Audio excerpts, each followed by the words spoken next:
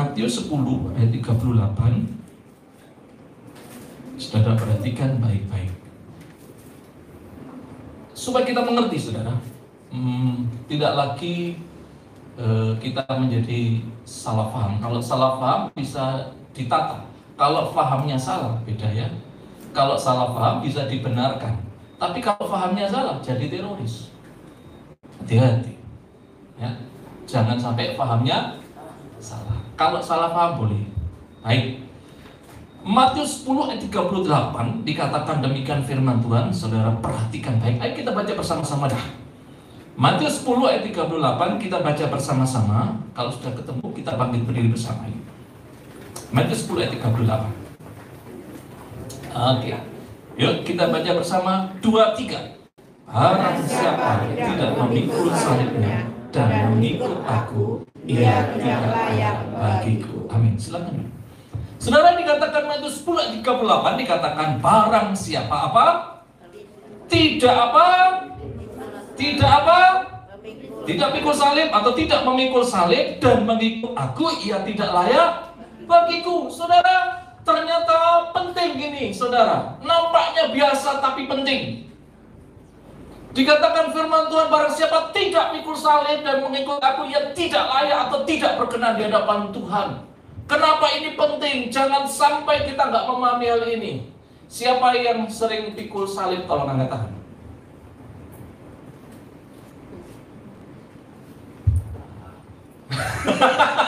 Gawat ini. Coba saya ulang deh. Berarti nggak ngerti. Saya ulang pelan-pelan. Barang siapa tidak memikul salib dan mengikut aku, disebutkan apa? Kalau dengan saya simak baik-baik, saya boleh turun nih Pak? Boleh. Seperti sing ngantuk cek konangan. Benkis. Barang siapa tidak memikul salib, ia tidak layak bagiku. Perhatikan itu. Siapa yang sudah pikul salib? Tolong angkat tangan. Wah, tidak.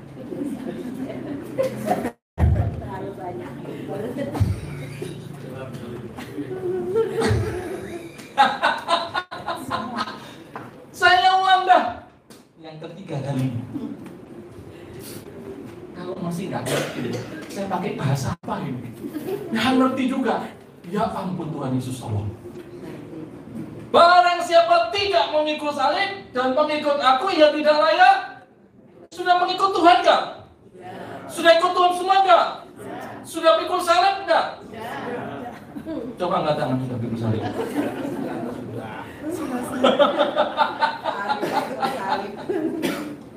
Saudara, pikul salib itu nampaknya enak,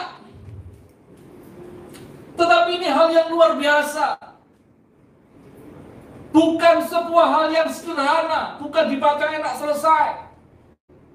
Ketika saya berpikir dulu, kami di desa, kami berkumpul dengan banyak teman, banyak tetangga, banyak keluarga. Saya bilang orang Kristen itu Tuhannya mati di petendeng. Hanya Pak Gembala, betul ya Pak? Odo SI. Mati apa? Tahu nggak di petendeng? Mati di salib. Kami punya, kepala kami diisi dengan hal yang demikian. Tapi itu yang terjadi. Ternyata kenapa Tuhan menyatakan ini? Barang siapa tidak pikul salib, ia tidak layak bagiku. Oleh karena itu, pikul salib itu harus apa tidak? Siapa yang mau pikul salib sampai matinya? Serius?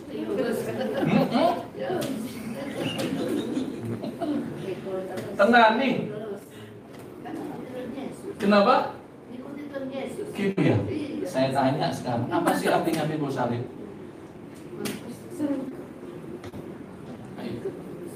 Apa?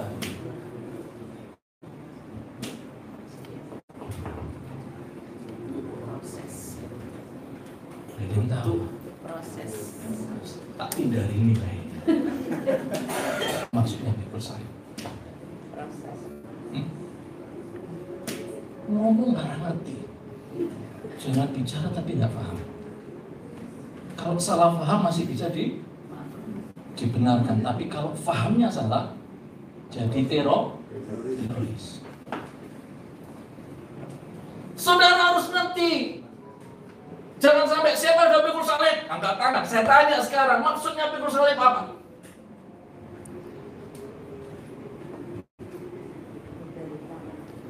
Jangan sampai bisa bicara nggak ngerti. Saudara harus pahami kenapa Tuhan menyatakan ini perintah lo. Kalimat terakhir yang membuat saya sesak dada saya waktu saya baca ini. Dikatakan ia tidak layak, tidak berkenan bagiku. Kalau tidak berkenan dapat apa kita? Dapat apa? Dapat apa-apa. Berarti ini wajib nggak? Wajib. Ini wajib ini. Bukan kata orang. Kalau kita konseling aja, ketemu orang, saudara kita punya masalah, nasihatnya, gak apa-apa, kamu pikul. Betul ya? Selalu begitu ya? Seandainya saya ditanyai begitu, saya jawab, apa maksudnya pikul salib? Kayak saya jawab, terlalu. Setelah pikul salib harus kita pahami dengan baik. Saya kasih clue supaya kita paham. Oke, clue. Waktu di Bukit Golgota ada berapa salib? Oke. Ada di kanan dan di kiri salibnya siapa? Yang di tengah salibnya siapa? Oke. Nah, ini clue-nya saya kasih pengertian. Sekarang pengertiannya apa pikul salib?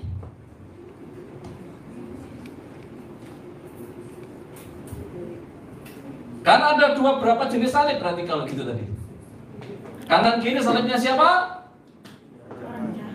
Yang tengah salibnya siapa? Yang kita pikul salibnya siapa? Jawab. Coba jawab.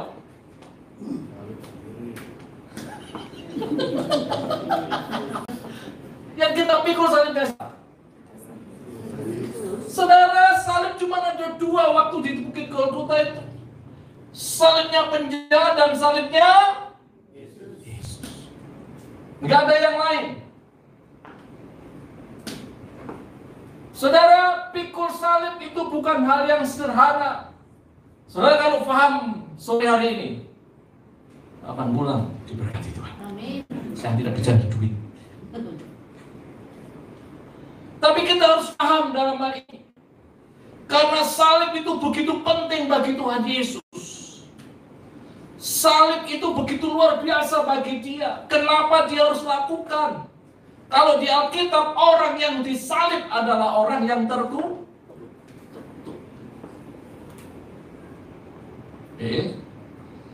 Cluenya sudah ada dua salib. Salibnya satu, salibnya siapa? Penjahat. Yang satu salibnya dari dua ini yang kita pikul salibnya siapa? Salibnya Yesus. Ada yang mau pikul salibnya penjahat? Mau? Nah, oke, salibnya Yesus. Nah, salibnya Yesus itu yang dia pikul itu karena apa?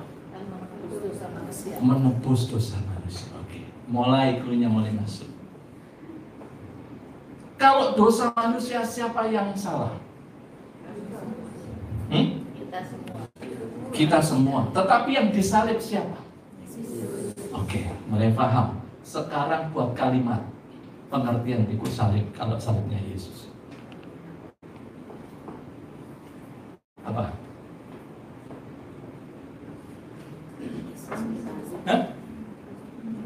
Tuhan Yesus menikung salib. Oke. Dosa-dosa. Oke, saya tetap terjemahkan sederhana. Kalau Yesus itu, perhatikan, sebelum masuk Yesus, kalau penjahat itu disalib, itu karena salahnya siapa? Kalau penjahat disalib karena salahnya siapa? Kalau Yesus menderita disalib karena salahnya siapa? Manusia. Salahnya Yesus enggak? Oke. Kalau kita pikul salib, salahnya siapa?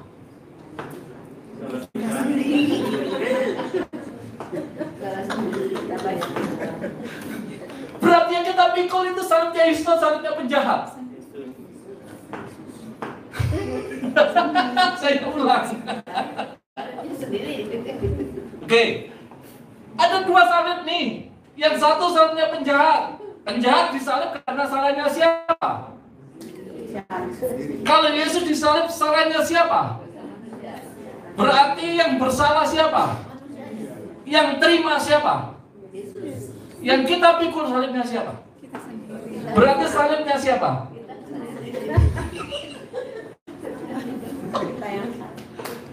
Salibnya penjahat.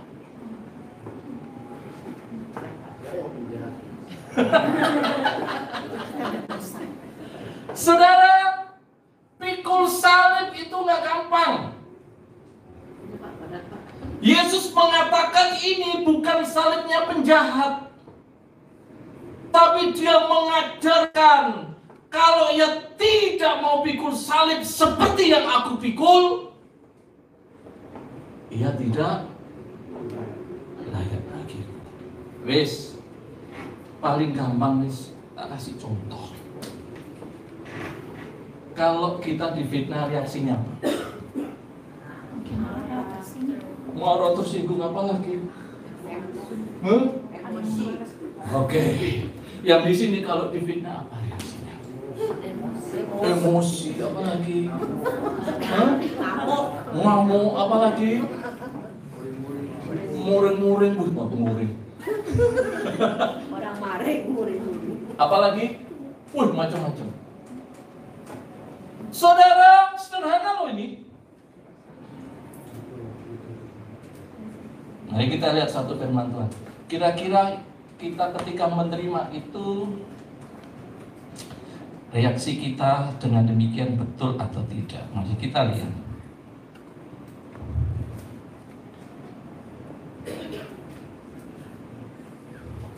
Ya. 1 Korintus 4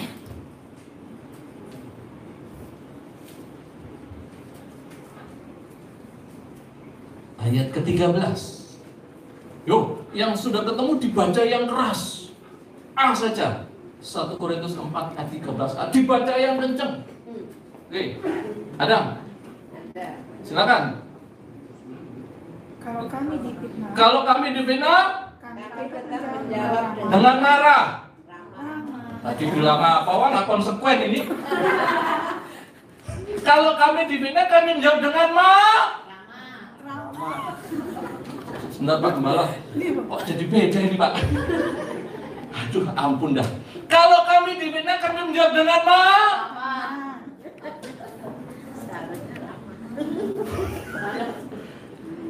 Loh, ya apa sih? Tadi jawabnya apa? Saudara, firman Tuhan mengajarkan kalau kami difitnah, orang difitnah itu benar apa enggak? Artinya dia tidak sah. Tidak salah. Betul ya? Kata fitnah berarti dirinya tidak. Kalau kami difitnah, kami menjawab dengan Dibalik bisa Pak. Bayangin, hal sederhana aja kita nggak mau terima. Jangan bicara pikul salibnya Yesus. Berarti yang kita pikul kalau marah salibnya siapa?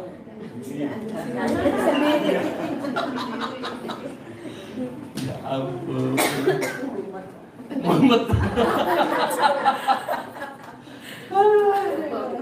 Saudara, penting itu kita pahami. Amin. Coba kita lihat pengertian salib di Alkitab sudah ada di dalam kitab Yesaya 53.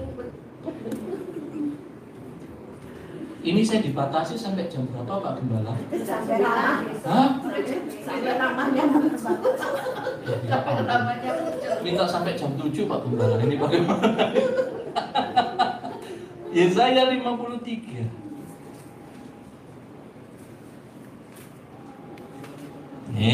Ayat 3 dan 4. Perhatikan ini. Ada sebuah nubuatan yang disampaikan Yesaya tentang siapa ini? Yesus. Perhatikan ayat 3. Ia dihina dan dihindari siapa? Dihindari tapi kalau kita dihina,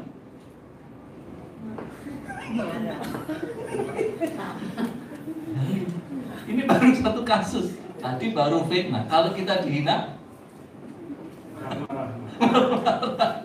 ia dihina dan dihindari orang. Seorang yang penuh dengan apa? Dan ia biasa kalau kita biasa, ya ampun, berarti kita baru paham tentang salib hari ini. Betul ya? Ia dikatakan seorang yang penuh kesengsaraan dan biasa menderita apa? Ia sangat dihina sehingga orang menutup mukanya, sehingga orang menutup mukanya terhadap dia, dan bagi kita pun ia tidak masuk. Kita buru-buru direndahkan sudah muncul. Itu mau pikul salibnya Yesus. Berarti salibnya siapa yang kita bawa selama ini? Nggak mau pikul dengan salib penjahat.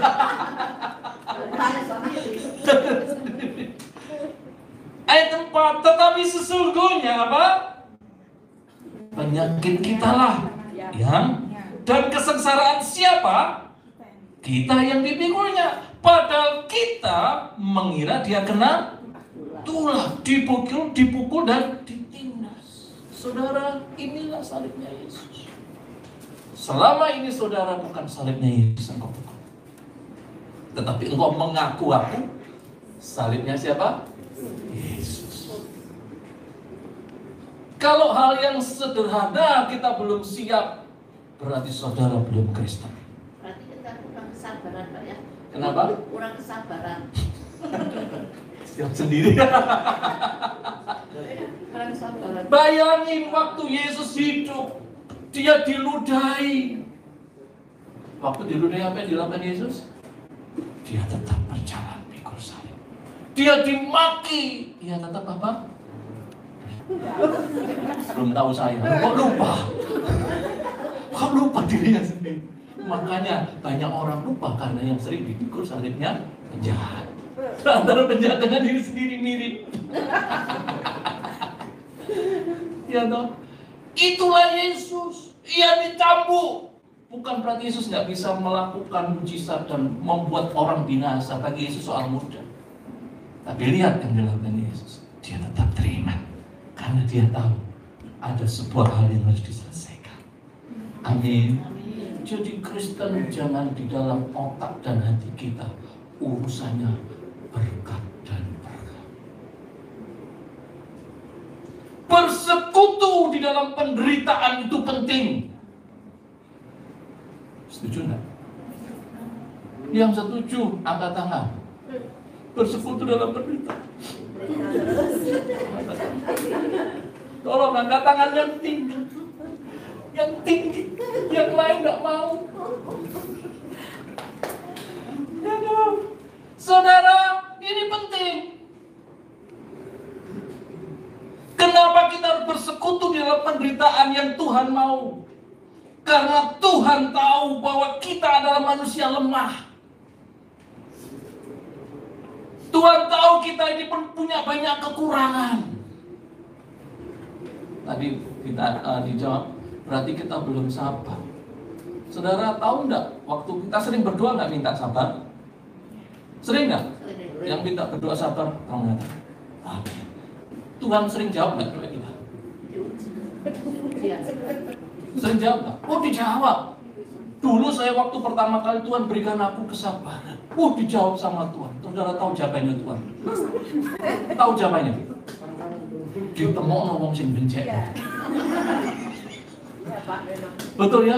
Itu jawabannya Tuhan. Jangan marah. Harusnya Tuhan terima kasih. Ono wong sing bencet no koyo ngene iki lho. Iki jawabannya siapa? Tuhan. Kalau nggak ono sing bencet no iso sabar nggak? Bisa sabar nggak? Nggak bisa. ketemu sing bencekno ini membuat kita jadi, makanya kalau ketemu orang sing bencekno jangan marah.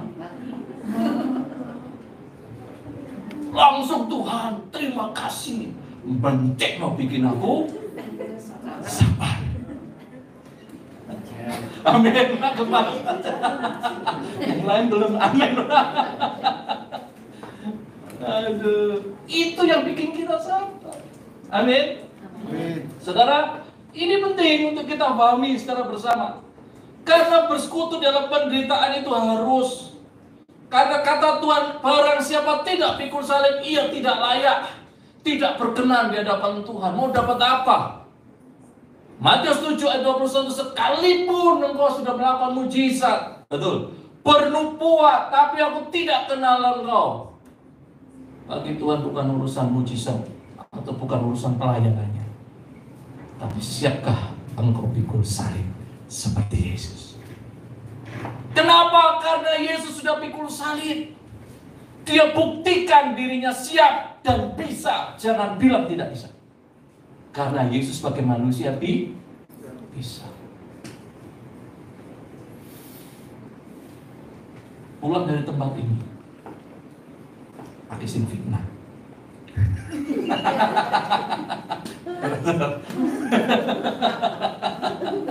Untuk pembuktian. Amin. Kalau amin harus siap pembuktian. Amin. Siap pembuktian ya berarti ya. Ada pembuktian, kualitas kita akan teruji, ya. Oke, ya. Mari kita lihat sejenak. Galatia 6 ayat 14.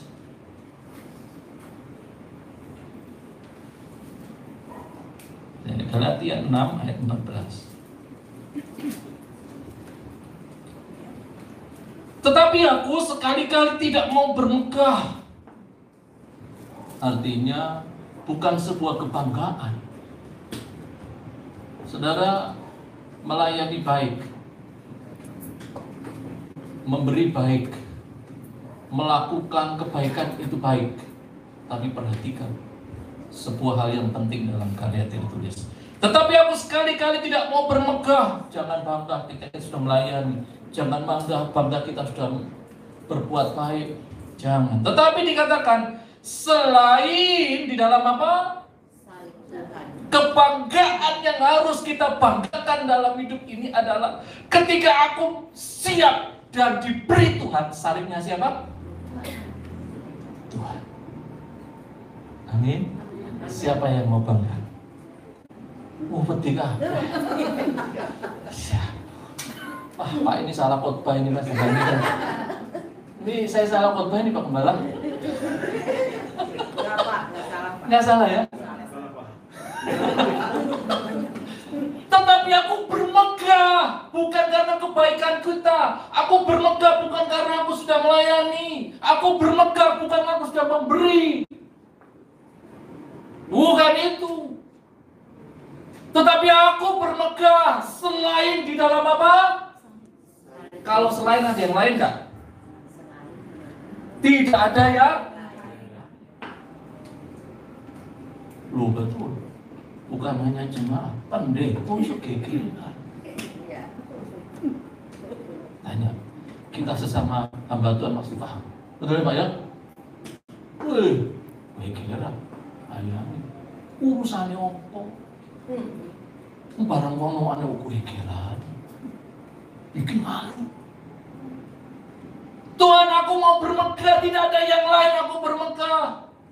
Aku bermegah bukan karena aku sudah kaya, bukan itu. Tetapi aku mau bermegah ketika di pundakku diberi Tuhan apa? Salib Kristus. Doakan itu dan amin. Amin. Sebab olehnya dunia telah disalibkan dan aku bagi dunia. Itulah. Ketika kita terima Yesus, jangan enak-enak. Nanti kapan-kapan bagaimana sih ibadah yang baik dan berkenan di hadapan Tuhan. Kita bisa ajarkan. Salib itu penting bagi kita supaya hidup kita berkenan di hadapan Tuhan. Amin. Amin. Mau berkenan enggak? Mau menerima kasih karunia? Siapa yang mau terima kasih karunia? Amin. kasih karunia yang tinggi. Oh, berarti siap disalib.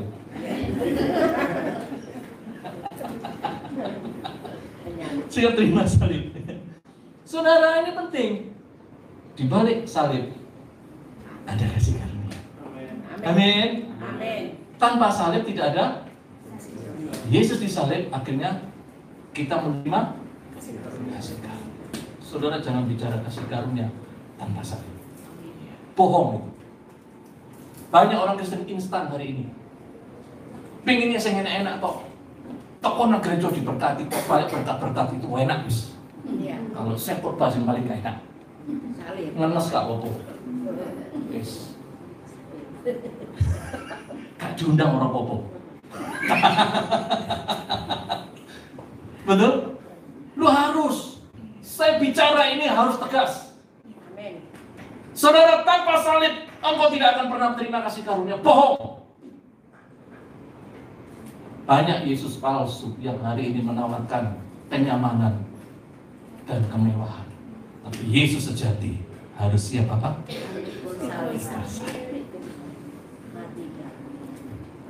Amin. Ya. Ini satu ayat lagi. Supaya ini karena mintanya jam 7 Pak Gembala ya. Tak kenal. Oke. Nah, oleh karena itu, ketika orang bisa terima pikul salib, maka satu hal yang akan terjadi dalam hidupmu. Perhatikan ini. Jadi orang melihat orang Kristen itu enggak gampang kok. Dia Kristen sejati atau bukan kelihatan. Bukan karena ibadahnya dia Kristen sejati. Bukan karena dia sudah memberi persembahan dia Kristen sejati.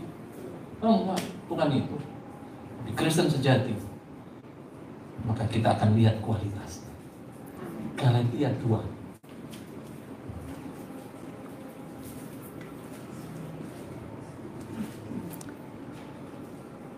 Galatia 2. Kita baca 19b dan 20. Kalau 19b itu setelah titik ya. Setelah apa?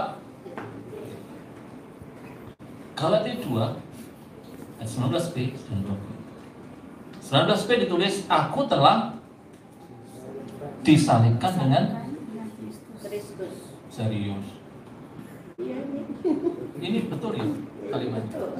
Faktanya disalibkan dengan Kristus atau penjahat? Salah mungkin saya baca. Iya. Aku telah disalibkan dengan yang betul. Penjahat atau Kristus?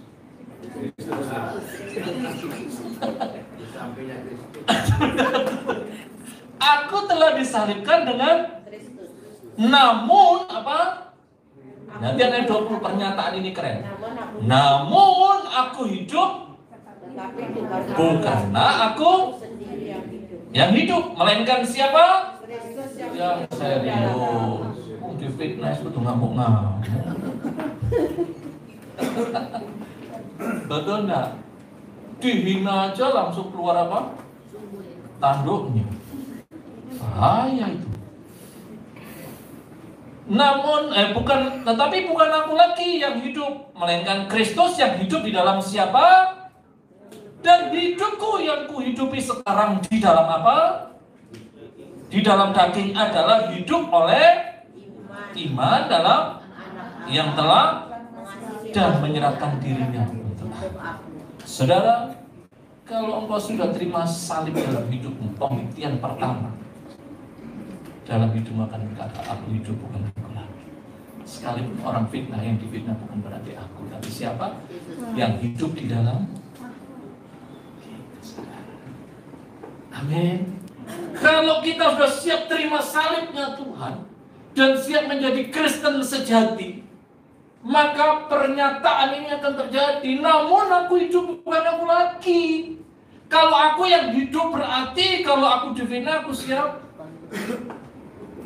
ditampar pipi kiri, berilah kaki. Yang banyak begitu atau yang benar ini yang mana? Yang banyak yang mana Pak? Oh, kaki kanan. Ternyata banyak Pak. Ya ampun Tuhan Yesus. Bukan pipi kanan Pak ya, tapi yang banyak apa? Kaki kanan. Saudara, ketika kita siap terima salib, bersekutu di dalam penderitaan bersama Yesus, pernyataan ini akan terjadi dalam hidup kita dan hati kita. Sekalipun orang fitnah aku selama aku tidak melakukan kesalahan, berarti engkau bukan memfitnah aku, karena aku hidup bukannya aku, tapi siapa yang hidup. Kalau engkau fitnah aku, berarti yang kau fitnah adalah Kristus. gampang nggak? Gampang tapi ngenes. Tahu ngenes? Gampang tapi ngenes. Namun aku hidup bukan aku lagi, tapi Kristus. Jangan takut. Kalau kau ditipu dalam usaha bisnismu, ya diurus. Tapi kalau memang sudah tidak bisa, sudah berdoalah supaya dia menerima kasih karunia.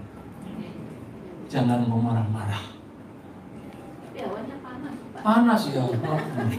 Jadi tambah emosi. Gitu ya. Berarti yang hidup dalam diri kita siapa ini?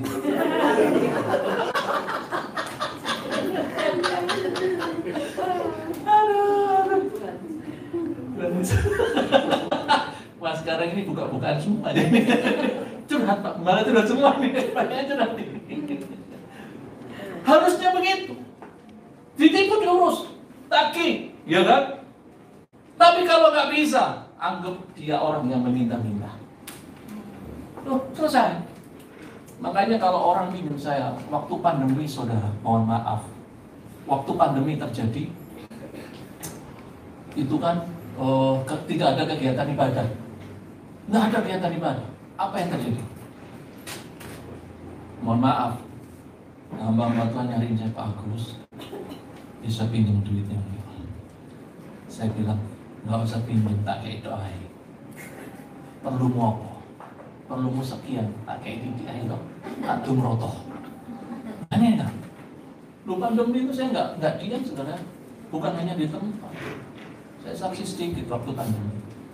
Kami waktu pandemi, setiap bulan kami siapin beras, kami siapin makanan, kami siapin alat rapid test. Waktu pandemi itu satu kali rapid berapa?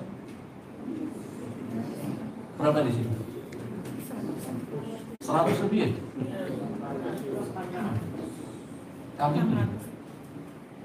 Kami beli.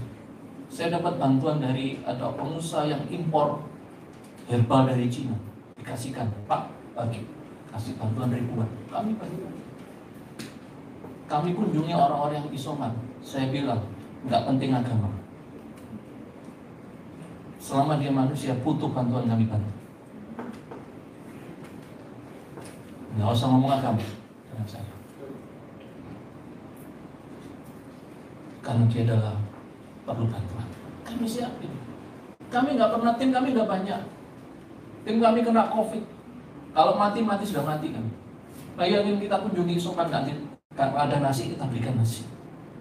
Kita kasih alat rapid test, beli banyak-banyak. Bukan kami kaya, enggak. Saya harus berani pikul saya.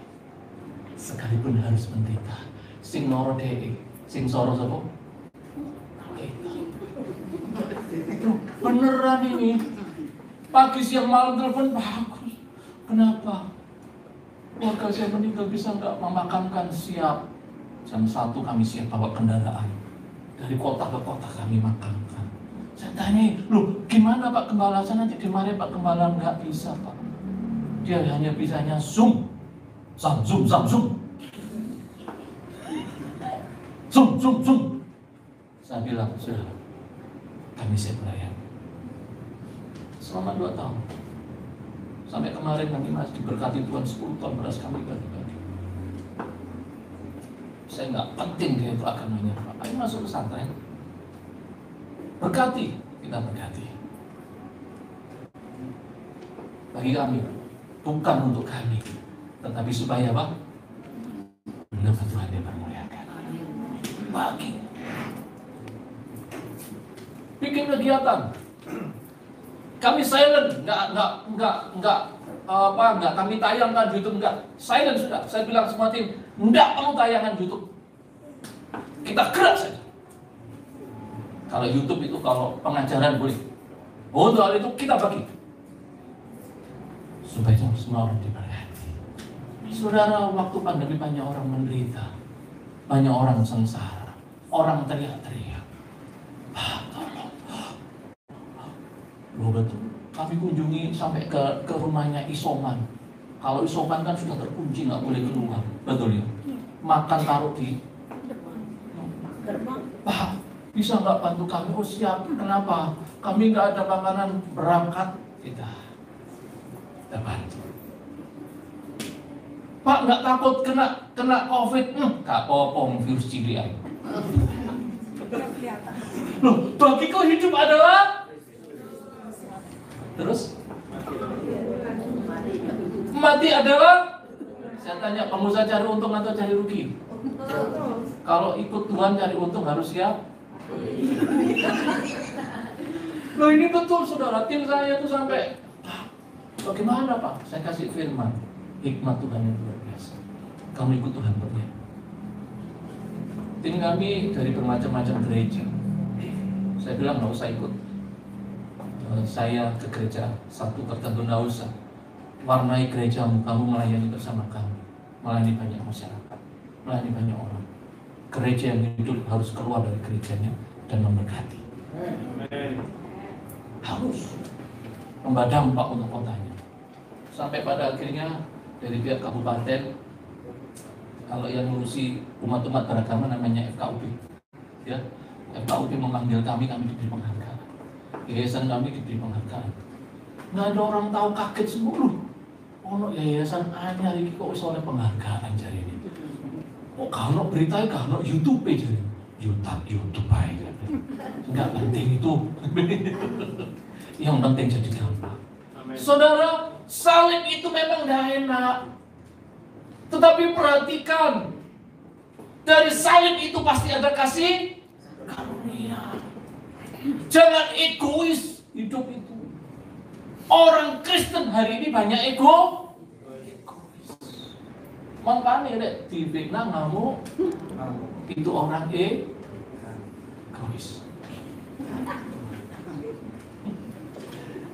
Ya, harus kita menjadi berkat, membawa dampak untuk orang sekitar kita. Ya, oke. Langkah pertama, caranya gimana sih Pak? Saya bisa pikul salib. Ada 100 cara. Ya, mau 100 itu? Mau berapa cara ini? Oke, yang pertama, nggak usah ngangge. Yang pertama, saudara, yang membuat kita tidak siap pikul salib itu adalah apa? Daging mana?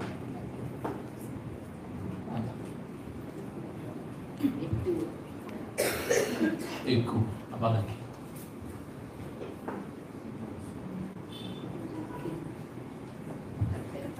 Mau ngapa sih kita nggak mau menderita?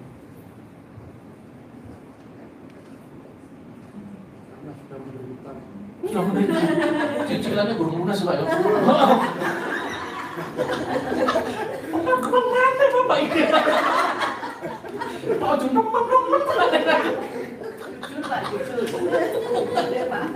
aduh, ya ampun curhat tenan ini. Pak ini Pak jangan curhat. Ya, saudara, yang membuat kita tidak menjadi orang Kristen sejati, Filipi 2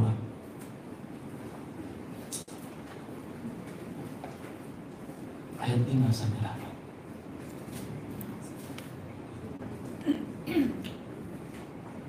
Kita akan baca. Oke, saya akan lihat Alkitab.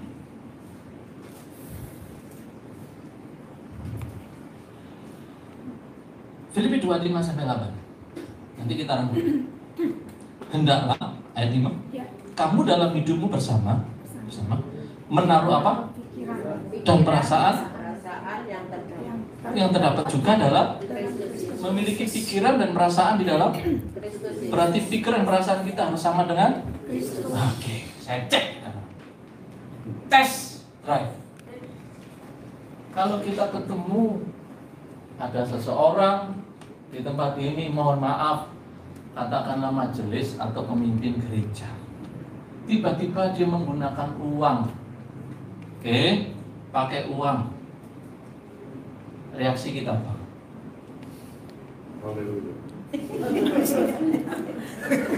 Ayo, reaksinya apa? Kalau pakai duit gereja bisa. Bapak dipinjam dulu.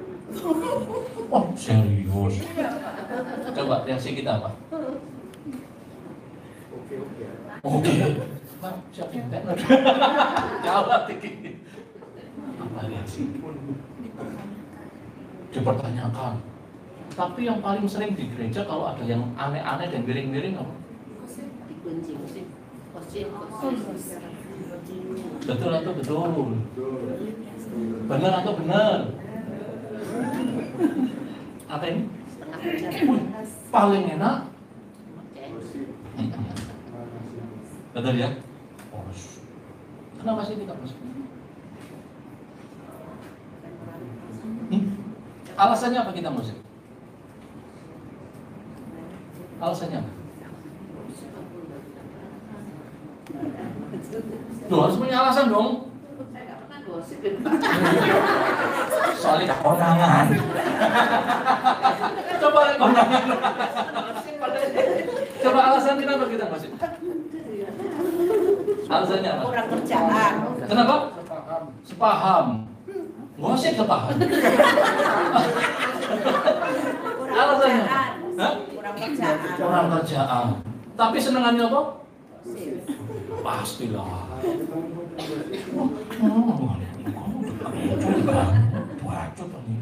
Wah, nemen itu. Tahu nemen? Terlalu. Wah, gereja dipakai. Itu sok-sokan. Melayani lagi. Pemimpin lagi. Coba bayangin. Betul nggak? Jujurlah, nggak usah sok-sokan. Benar ya? Kenapa alasannya? Harus punya alasan dong. Melakukan sesuatu harus punya alasan yang tepat.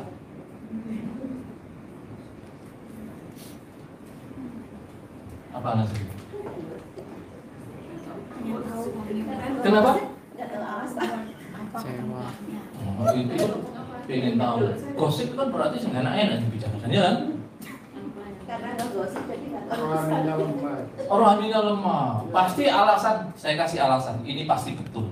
Alasan karena kita lebih baik dari orang itu. Merasa. Betul ya? Bener atau bener? Orang gosip itu alasannya karena kita Merasa lebih baik. Oke. Padahal kalau kita merasa baik belum tentu itu namanya sok. Banyak enggak orang yang sok baik di gereja? Curhat man. Ya ampun. Curhat terus ini bagaimana ini Pak? Banyak orang sok baik di gereja itu banyak. Makanya kalau ada orang jatuh dalam dosa, maka kita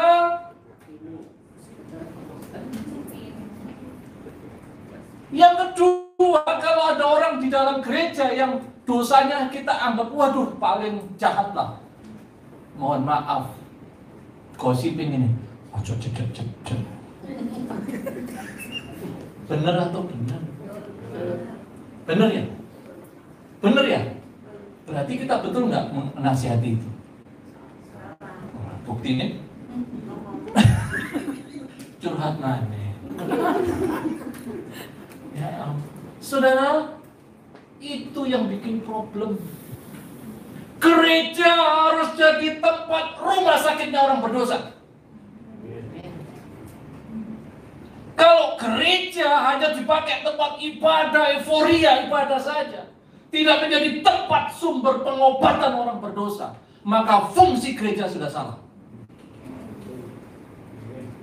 Hanya untuk menyenangkan manusia.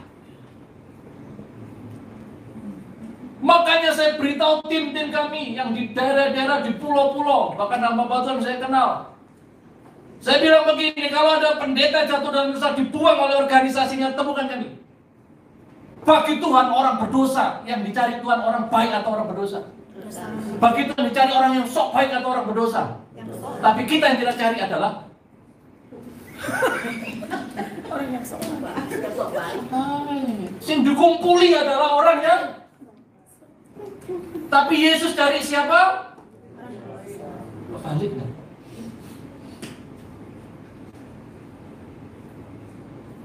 Balik semua. Rusak. Kerusakan terjadi. Saya beritahu pembusukan di dalam gereja ketika banyak orang yang sok baik.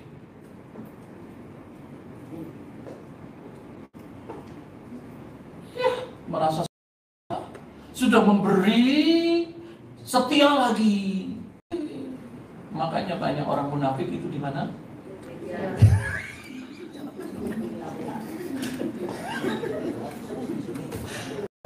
Jawabannya kok gitu?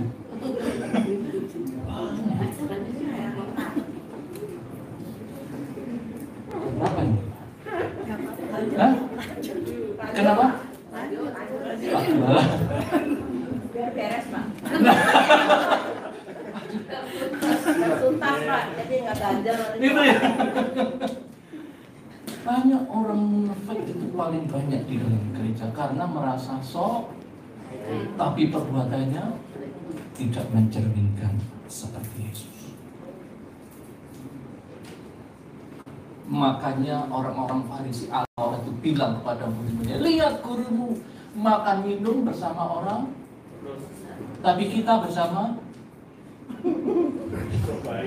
Yang sok baik. ya. Makanya saya senang dengan ketemu orang rusak-rusak. Tim kami itu orangnya rusak-rusak. Saya malas semangat. Wah, keren ini. Saya barusan punya anak rohani satu dia. Pak Gus jadikan saya anak. Oke. Loh, ini nggak kenal Tuhan. Bagi saya gereja di mana saja boleh. Tapi hidup harus dirubah. Bagi Tuhan lebih penting hidupnya diubahkan daripada kamu bangga dengan organisasi. Amin. Diubahkan itu penting. Karena nanti masuk di pada penghakiman nggak ditanyai organisasinya semudah apa. Betul? Oh, nggak penting semudah. Tetapi hidup yang diubahkan. Siap pikul salib. Makasih, terima kasih karunia. Amin. Amin. Amin. Yuk kita sekarang berubah.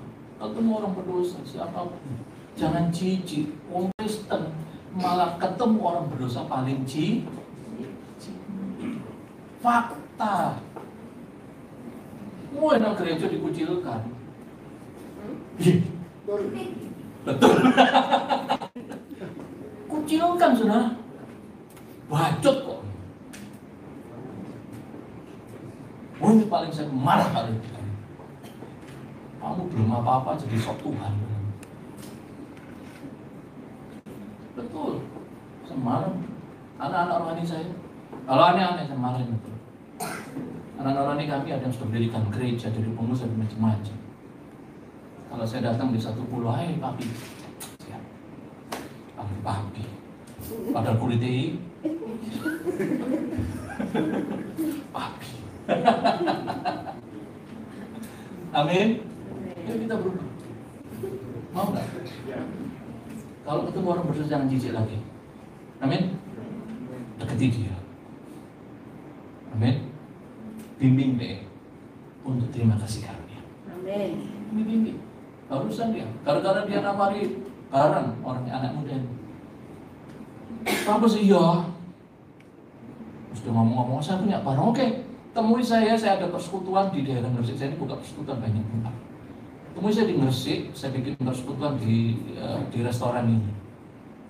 Restoran persekutuan kami itu apa itu hamba Tuhan dari banyak bermacam-macam sinode. Ramai gitu. Jadi saya nggak bedakan lagi.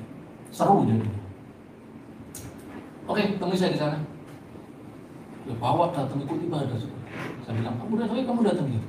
Saya nggak kenal juga, hanya telepon. Bagus, oh iya. Oh kamu, oh iya. Sudah, kamu tunggu ya. Selesai ibadah baru nanti tak kirim barangmu. Padahal taruh barangnya loh. Satu mau barang, tenang ibadah. Habis ibadah makan. Nah, memang kami setelah persekutuan makan. Memang saya bilang ke pemiliknya, restoran ini selesai persekutuan makan. Wih, datang ibadah, ikut ibadah. Sampai tolak ini. Kayak kebu ketulung. Pikirnya kok aneh. Tapi begitu selesai, ketok makanan semeringah. Semangat. Selesai itu sudah. Dia nyariin saya, dia telepon saya, dia minta saya, Pak. Saya mau, Pak. Jadikan saya anakmu. Ya ampun, kapan kawin kalian? Mau ngetik anak, tapi tidak apa-apa. Serusak ini yang Tuhan cari. Tuhan tidak pernah cari orang yang sok baik, tapi Tuhan cari orang yang rusak. Orang sok baik itu orang Farisi, orang sok baik itu ahli Taurat, orang sok baik itu orang-orang yang seperti itu. Enggak putri. Tuhan mau. Dan Filipi 2 ini. Kita lanjut. Lanjut. Ya. Oh, masih jam 7, Pak. Kenapa, Pak? Boleh saja, Pak. Kalau nggak dikini tak hentikan. Mau berhenti? Saya tak minum sih. Boleh ya, Pak? Ojo kepingin.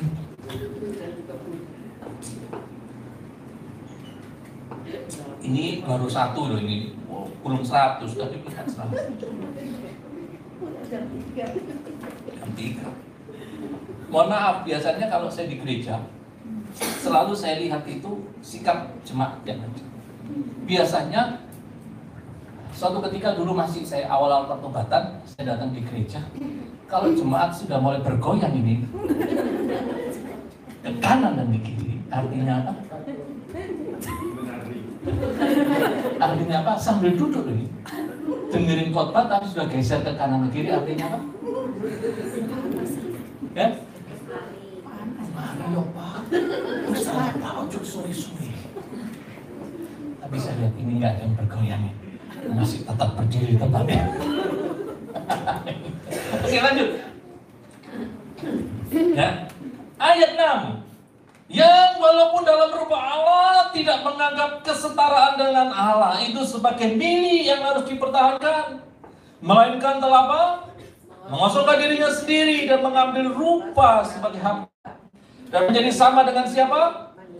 Dan dalam keadaan sebagai manusia ia telah merendahkan diri dan taat sampai bahkan sampai mati di kayu salib. Saudara, penghalang pertama ketika kita Tuhan perintahkan supaya kita layak di hadapan Tuhan yaitu pikul salib kita menjadi tidak layak adalah ayat ini. Saudara, kalau kita baca 6 sampai 8 ini penting untuk kita pahami. Perhatikan, Yesus sebagai Tuhan menjadi Dia Tuhan menjadi, Dia kaya jadi. Perhatikan, saudara, sikap Yesus perhatikan. Kenapa Yesus bersikap itu? Mengapa Yesus sanggup pikul salib? Ditulis ia mati di kayu, dia taat selesaikan semuanya, nggak main-main. Kenapa dia sanggup? Yang pertama, yang membuat menghalangi manusia tidak bisa pikul salib, saya kasih tahu, adalah harga diri. Yesus Tuhan jadi siapa? Naik atau turun? Dia Tuhan jadi naik atau turun? Dia kaya jadi naik atau turun? Berarti yang diletakkan Yesus apa? Harga diri. Harga dirinya dia taruh. Dia nggak main-main. Dia tahu bahwa salib ini ada kasih karunia di balik kayu salib. Dia taruh harga dirinya. Karena dia tahu harga dirinya selalu menghalangi dia untuk bisa melakukan firman. Makanya banyak orang sok baik karena harga dirinya.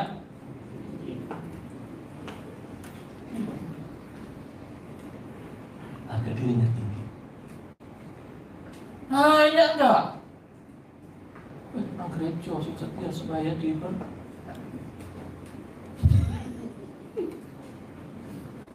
harga dirinya. Betul ya? Yang paling mahal dari manusia itu adalah bingung sih harga diri kita itu. Kok ada ngomong masalah harga diriku tuh sampai ngepuk dada nih. Kenapa taruh di mana mbok? Harga diriku tuh mahal. Ya ampun, saya lihat orang ini gak ampun lagi. Dia itu sampah. Soalnya harga dirimu itu membuat kita tidak bisa melakukan firman. Harga dirimu itu menghalangi karya Tuhan dalam hidup. Seberapa mahal harga diri? Coba, ada yang berani berkata bahwa harga dirimu mahal? Sampah saya bilang. Orang berdosa itu apa? Sampah. Yesus sanggup. Ayat 6-8 Filipi 2 itu dipikul, diludahi dia tenang, difitnah dia tenang. Karena dia sudah meletakkan apa?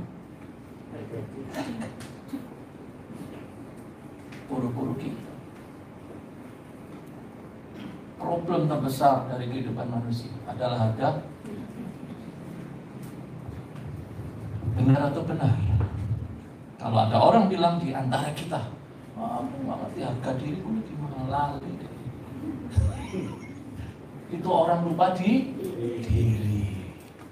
Kalau ada orang bilang gitu, pasti orang itu lupa diri. Loh, ini bukan jemaat, pendeta bisa ngomong gitu.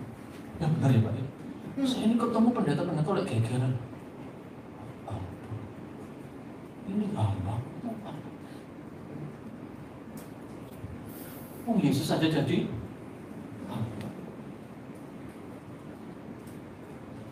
ini serius. Apalagi Indonesia Timur, jadi pendeta itu menjadi segalanya. Harga dirinya melambung tinggi. Apalagi kalau sudah punya jabatan, apalagi kalau sudah kelihatan. Tapi luar biasa. Kelihatan semuanya itu. Jangan bilang pikul salib kalau ada dirimu semua. Setuju tak? Setuju ya? Taruh harga dirimu. Tuhan, aku bukan siapa-siapa. Biarpun orang fitnah aku, hidupku yang kuhidup itu hanya aku lagi. Tapi siapa? Kristus. Orang bisa fitnah aku, yang penting aku tidak melakukan kesalahan. Terima kasih Tuhan untuk fitnahan yang indah. Amin. Amin. Tuh, harga diri itu yang harus diiris apa?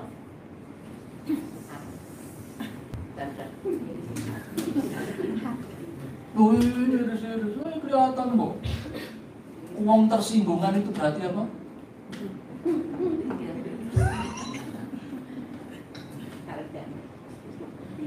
Teriris-iris. Saya dulu mengawalnya teriris-iris, saudara. Tercapik-capik.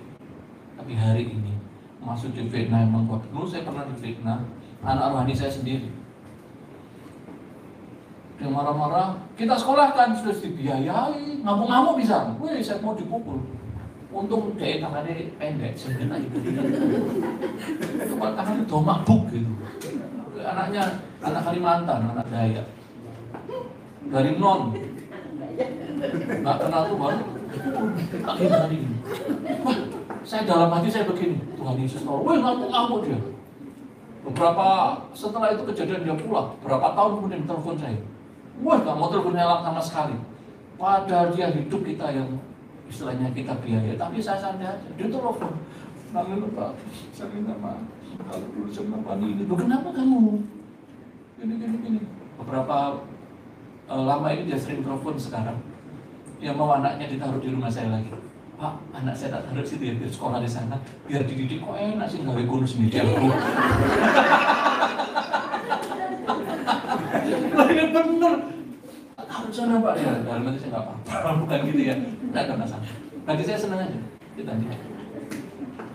Supaya karakternya kebangun, amin. Itu penting, dasar. Sekarang dia ada apa-apa telepon, ada apa-apa. Harga dirinya mahal Pak. Tapi saya nggak marah, gampang sudah.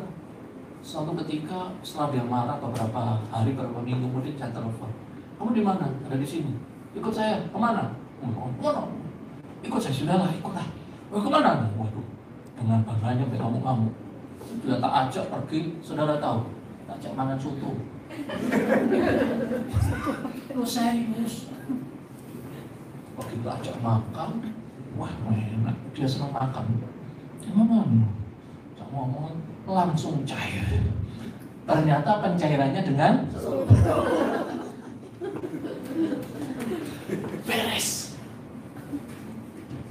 Saudara, orang yang mau pikul salib itu rela berkorban. Katakan amin. Amin. Amin. Yesus rela berkorban. Ya. Yang kedua, yang berikutnya, ini masih 2 belum 100, tak percepat saja, kasihan. Nah, kenapa? Waduh, saya nggak apa-apa. Lukas 22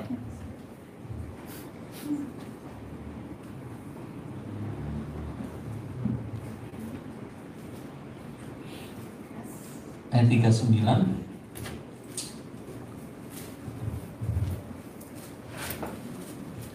Sebenarnya di Filipi tadi sudah ada, tapi ini sebagai peneguhannya. Kalau di Filipi itu Yesus dikatakan di kalimat terakhir dia taat sampai mati. Perhatikan, ketaatan membawa kita akan mengerti kehendak Tuhan. Saya ulang, ketaatan akan membuat kita mengerti kehendak Tuhan. Yesus taat sehingga dia mengerti. Saudara, banyak orang yang merasa ngerti, merasa. Buktinya apa? Uang yang taat, tapi ngomongnya ngerti. Orang yang taat, belajar taat, saudara-saudara. Kalau saudara bicara taat kepada Tuhan, tapi saudara nggak bisa taat kepada yang kelihatan, bohong. Saya ulang, saudara bicara aku taat Tuhan yang tidak kelihatan, tapi nggak taat yang dengan yang kelihatan, manusia. Itu namanya apa? Pembohong. Saudara, ketaatan dimulai dengan pemimpin yang kelihatan. Sudah bilang taat Tuhan, tapi engkau memberontak. Taat pemberontakanmu, perhatikan, dimulai dari hati. Ngelakoni tapi hati ngeruntel, taat nggak?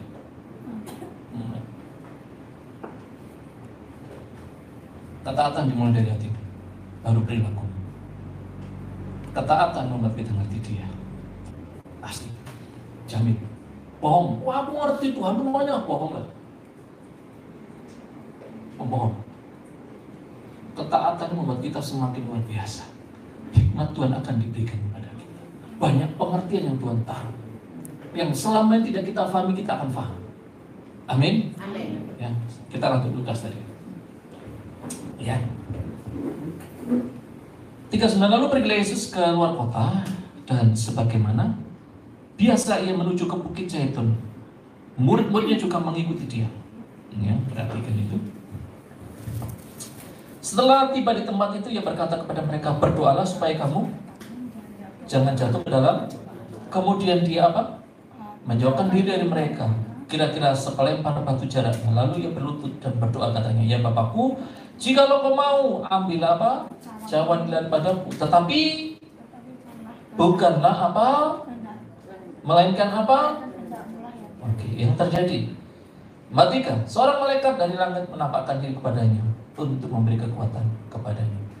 Kita berhenti sampai di sana. Saudara, ini kejadian di mana? Di mana? Taman Getsemani. Perhatikan ini. Ketaatan itu harus mengorbankan apa?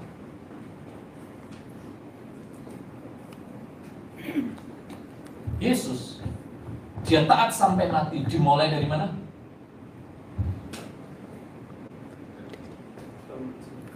Dimulai di Taman Getsemani. Ketika itu dia berdoa begini, ya Bapa, kalau bisa apa? Tetapi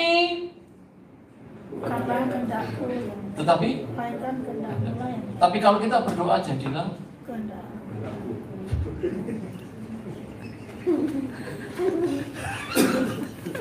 Saya ulang. Saya ulang. Aduh. Sebentar. Ini ada yang salah. Waktu Yesus dikatakan taat sampai mati, dimulai dari mana ketaatannya dia? Dia siap menderita dimulai dari mana? Taman. Dia berdoa. Kalau bisa, tetapi jadilah. Tapi kalau ada orang fitnahku, Tuhan bunuhlah. Saudara, seringkali mohon maaf kita bicara ketaatan, tapi perintah-perintah Tuhan. Dan kalau doa kita yang sering kita doakan, mohon maaf, kita doanya jadilah kehendakku atau kehendakmu. Kita berdoa biasanya jadi kehendakku atau kehendaknya siapa? Tapi yang sering kita doakan kehendaknya siapa? Betul? Gawe list bikin list doa, wih, panjang lebar dan luas. Begitu ada doa nggak dijawab, kita marah. Wah, apa Tuhan ini? Apa masalah nggak dijawab doa? Saudara, kalau kita paksa Tuhan menjawab doa sesuai kehendakmu, kita, berarti siapa jadi Tuhan? Siapa jadi Tuhan? Jawab, siapa jadi Tuhan? Jangan pernah jadi Tuhan. Meskipun ada mintalah. Lihat Yesus, waktu dia menghadapi penderitaan, Tuhan kalau bisa cawan ini daripadaku. Ini yang berkata itu berkata apanya? Dagingnya, manusianya, tetapi jadilah kehendakmu. Saudara, doa kita selalu paksa Tuhan untuk menjawab doa kita. Makanya saya sekarang enjoy. Tuhan, saya hanya Tuhan, ini problem. Apa yang jadi kehendakmu, jadilah. Jalan. Saya mau paksa-paksa Tuhan lagi. Karena saya bukan. Tapi kita biasanya jadi siapa? Ngeri. Ketaatan harus mengiris apa ini? Daging. Yesus taat sampai mati. Karena kalau bisa cawan ini daripadaku, dia iris-iris, dia hancurkan semuanya itu. Secara tubuh dia menderita. Kalau dia Lukas ditulis itu keluar darah dari pori-porinya. Tahu saudara, secara medis itu kalau orang sudah stres, itu jantung berdetak apa? Kalau kencang, kemudian apa? Pembuluh darah bisa pecah. Kalau pecah keluar dari mana? Seluruh lubang dalam hidup kita, dari hidung, dari mulut, dari telinga, dari pori-pori. Dan itu ngeri. Waktu di Taman Getsemani itu kengerian yang luar biasa. Makanya ditulis berikutnya, malaikat Tuhan turun memberikan kekuatan. Karena digambarkan oleh Lukas penderitaan Yesus luar biasa. Saudara, pikul salib harus dimulai dengan ketaatan. Seperti siapa? Yesus. Sekalipun harus mengiris keinginan kita. Betul? Katanya ke gereja diberkati, kok aku sih pancet aja Pak. Terus gak gereja-gerejaan. Katanya ke gereja hutang ini selesai, buktinya tambah numpuk. Kemana kena pinjol? Numpuk bis. Parah, ya? Jadi oleh karena itu kita perlu ketaatan. Amin. Kalau pertama tadi harga, yang kedua apa? Oke. Ya, 2 saja nggak usah kaget. 100 sebenarnya banyak, tapi nggak apa-apa. Saudara, dari 2 ini saudara, ini intinya dari semua kehidupan. Amin. Amin. Saudara bisa lakukan dengan baik. Itu bakal luar biasa. Siap ikut salib? Yang tinggi itu. Oh, coba lah, untuk ikut salib itu enak kok. Enak nggak ikut salib? Hah? Siap ikut salib? Yang tinggi jangan turun-turun. Saya pengen lihat yang tangannya tinggi. Oh, yang tangannya tinggi. Loh, kalau tangannya tinggi saya terima kasih karunia enggak? Ya. Siap menderita enggak? Berarti siap difitnah enggak?